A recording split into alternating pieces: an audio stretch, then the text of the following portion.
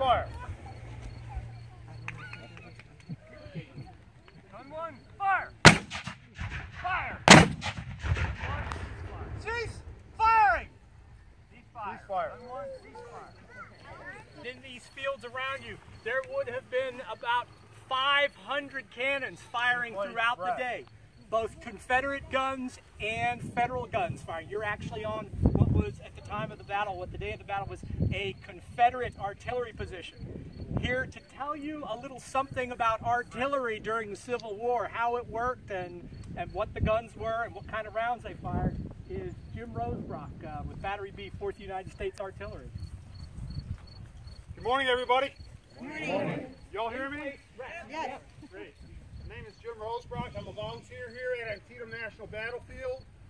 What you see in front of you is about the size of a battery of artillery. Now, the battery is the fighting unit of the field artillery in the Civil War.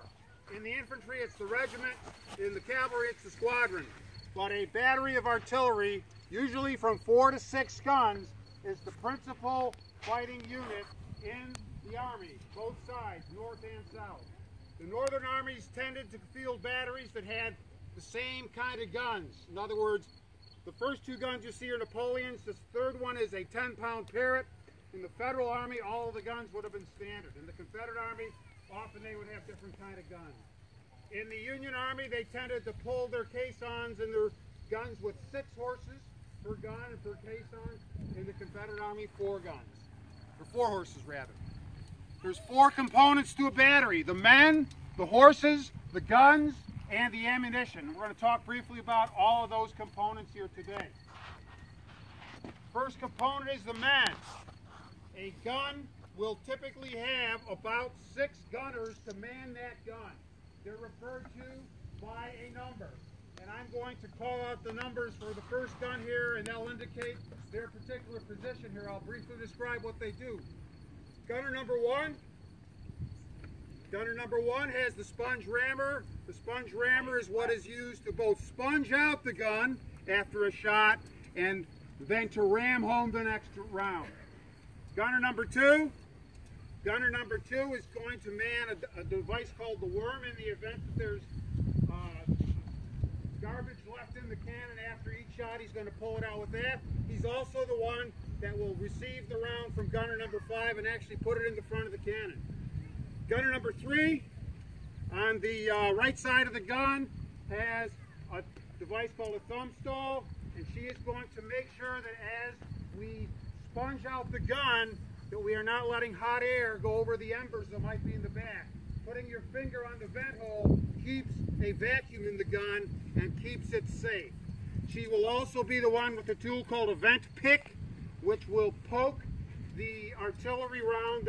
I don't have one with the bag of powder on it, but a round would have the round like you see here in a powder bag. She would poke the hole in that bag so that we would ensure that the gunpowder has been exposed, so when gunner number 4 goes up to the gun and puts the friction primer in and puts the lanyard on the round, then you're going to have friction primer being the thing that sparks the gunpowder and causes it to go off. Gunner number 5 is going to bring the round up from the limber chest.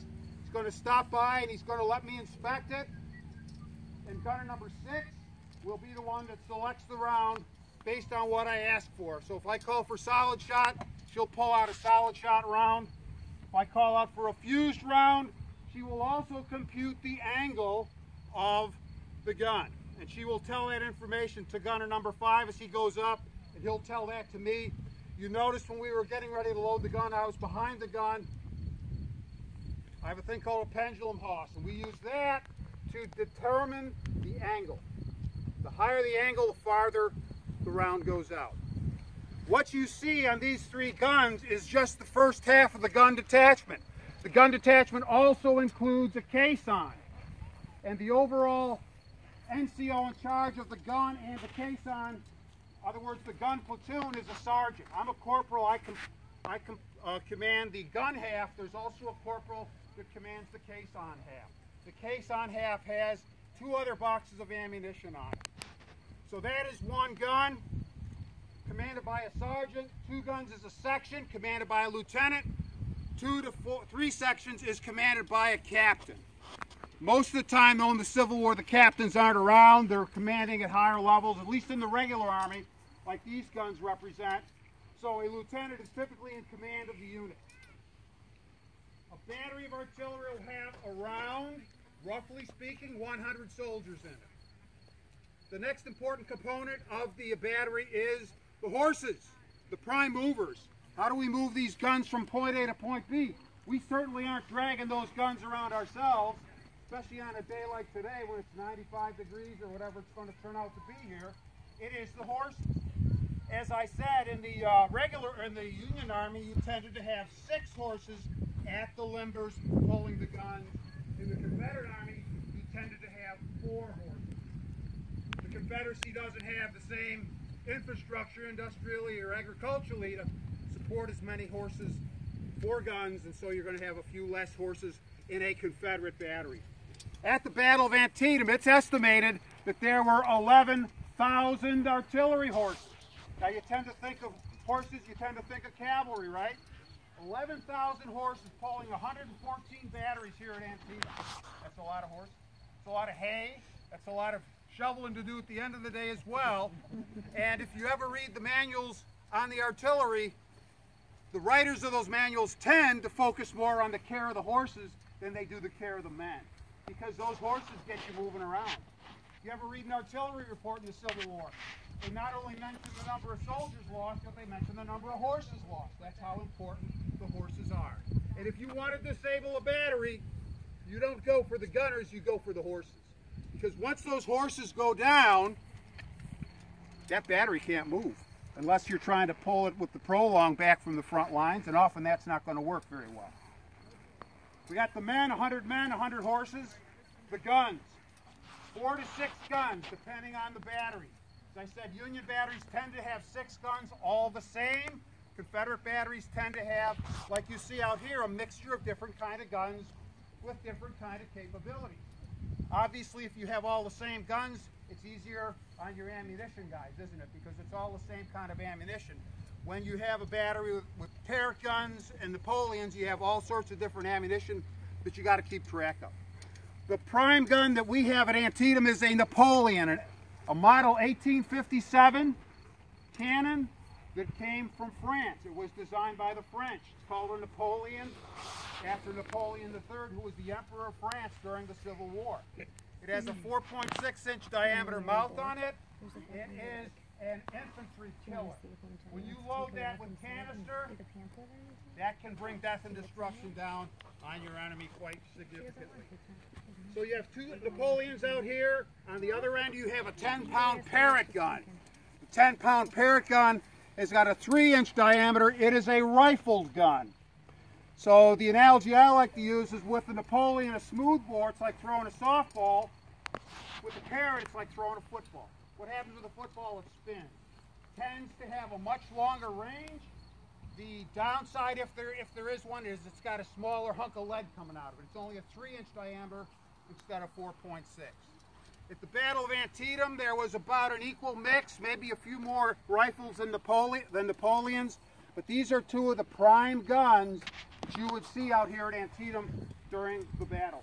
Nearly 500 guns are here, and nearly 50,000 rounds of artillery are fired in 12 hours. It's no wonder that those gunners who didn't have these ear protection that I have, were nearly deaf after a day of this. It sometimes took them a couple days to get their hearing back. So we've talked about the men, we've talked about the horses, we've talked about the guns you see out here. Let's talk about the ammunition. There are several types of ammunition that you can use at a battery, about 4 different kinds that you can use. And the one I'm going to start with is solid shot. Now imagine that this particular round has a bag of powder on it. We don't have this particular one with that example, but all of these rounds would have the business end here on your left, a sabot, S-A-B-O-T, which attaches the powder, and then you have the powder on this. In a Civil War battery firing, it's about 2.5 pounds of gunpowder. We fire 1 pound on these guns. You never see these guns recoil because we don't have a real round going out of them. These are blanks. But if this gun actually had 2.5 pounds of powder and it had a shot on the front of it, those guns would kick. Those guns would recoil. And so one of the things the gunner has to do is what? Make sure that his men are safe before they fire. So you'll notice when we shoot these guns, those gunners on the left and the right are significantly away from the wheels of that thing. You would not want to have that thing roll over top of you. Solid shot, one of the first types of rounds we could select. What do we use solid shot for? We use solid shot to go after buildings. It's like throwing a bowling ball. It's one solid piece of iron, okay? You also use solid shot after columns of troops who are in dense formations, tightly put together.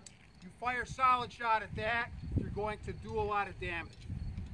So solid shot is one kind of round. Another kind, I don't have one out here, is called a shell. A shell is a round of ammunition hollowed out with powder in there and then a fuse on it. And those particular kind of shells will go out and explode, and they will break up into small pieces, and that particular type of round would then be hitting troops out in the open. So solid shot, shell. The third one is spherical case. You hear it called case shot. Case shot is like a shell, except that it has small round pieces of iron in it. And when this goes out and the fuse explodes out there, let's say we set it for 700 yards, the fuse explodes up in the air at 700 yards, it's going to throw this stuff at the infantry, okay? The last one, if all else fails, if we haven't been able to stop that infantry in the cornfield, if they're in the Smoketown Road and they're coming over the top of the hill, canister. Canister turns your cannon into a shotgun. The canister round you see here looks like a coffee can, and it is filled with these. You know how to fire a shotgun, right? When you fire a shotgun, it's like a bird shot. It's going to come right out the barrel of the gun. That's what this turns your cannon into, a shotgun. It will be used at around 300 to 400 yards when those infantrymen are up there trying to take those guns. You notice those gunners don't have firearms, do they? I might be lucky enough to have one of these. Over the course of time, I might have picked up a handgun, a revolver someplace, but all they got is what you see there. They would prefer to stop the bad guys with this, don't you think? And with hand-to-hand combat. So we've talked about the different kinds of rounds. This is a canister after it breaks up. That's what it looks like. How are we doing for time? You're good, Jim. We're good? Good, sir. Okay. What we're going to do, guys, is we're going to now fire another round. Yeah, thanks. And then we'll have another talk. The speaker come up and tell you about the specific history of this gun. Thank you. Attention! Firing! Senators, post.